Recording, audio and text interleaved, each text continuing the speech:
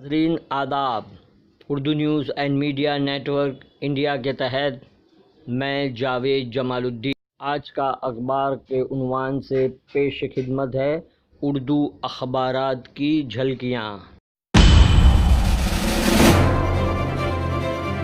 آج بروز سنیچر 10 اکتوبر 2020 صبح کے 9 بج چکے ہیں۔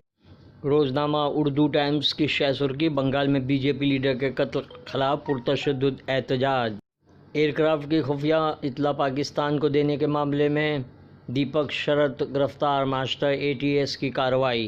حرم مکی کی لائبریری 1 ربیع الاول کو کھول دی جائے گی۔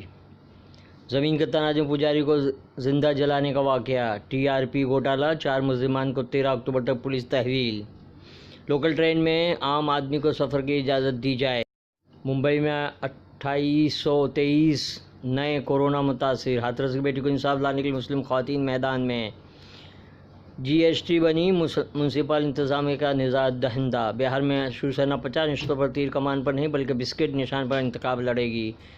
زاویہ نگاہ میں فاروق انصاری تحریر: ہٹلر شاہی کرنے والوں کو سمجھنا چاہیے کہ اونٹ کبھی نہ کبھی پہاڑ کے نیچے ہی آتا ہے۔ روزنامہ اردو ٹائمز کا اداری: یہ غازی، یہ تیرے پراسرار بندے۔ روزنامہ Mumbai Urdu news: republic T V کے رپورٹر کو ممبئی پولیس کا سمن۔ لوکل ٹرین کو گرین سگنل۔ راجستھان میں پجاری کو زندہ جلا دیا گیا۔ ٹسٹا سے تلوار ہاتھرس کے معاملے میں کورٹ پہنچی۔ ڈپٹی سیکرٹری بیگن کا ہندوستان بنگلہ دیش دورہ 12 سے 16 اکتوبر کے دوران۔ پاسوان کی آخری رسوم کل 10 بجے پٹنہ میں ادا کی جائے گی۔ زندگی اصل میں مرنے کے بعد شروع ہوتی ہے، بگ باس فیم۔ ثنا خان نے مذہب اسلام کے لیے بالی ووڈ چھوڑا۔ ایم پی ایس سی کے امتحانات ملتوی۔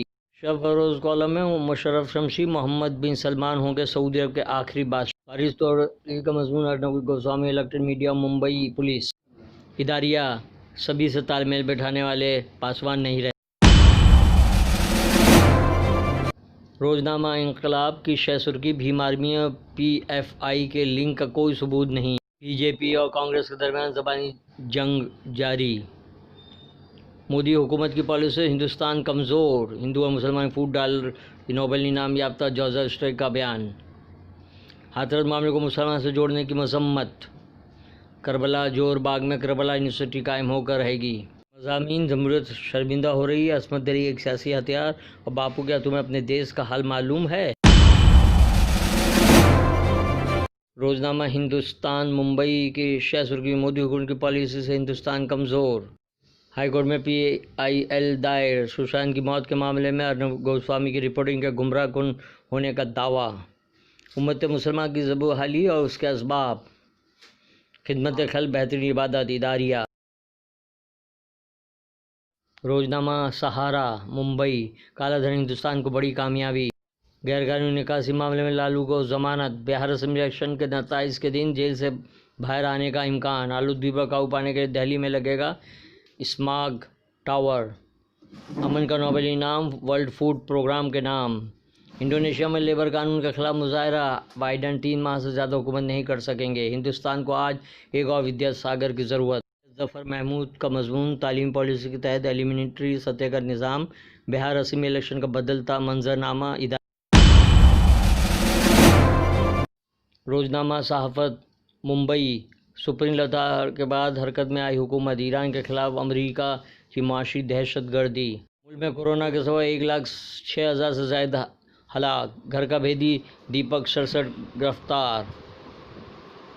شیو بھوجن تھالی جلدی 5 روپے میں عوام کو دستیاب۔ ہاتھرس معاملے میں بھنڈی بازار میں خواتین کا دھرنا۔ کلمہ ایمان اور اسلام کی روح ہے۔ فلم اداکار گرو دت ہم جد صلاحیت کے مالک تھے۔ سینٹرل ریلوے مہاراشٹر کے اندر 8 مزید اسپیشل ٹرین چلائے گی۔ تعارف القرآن: بہار کا انتخابی نہیں، ہماری مظلومیت کا امتحان۔ مضمون: اداریہ دھرنا احتجاج کی جگہ۔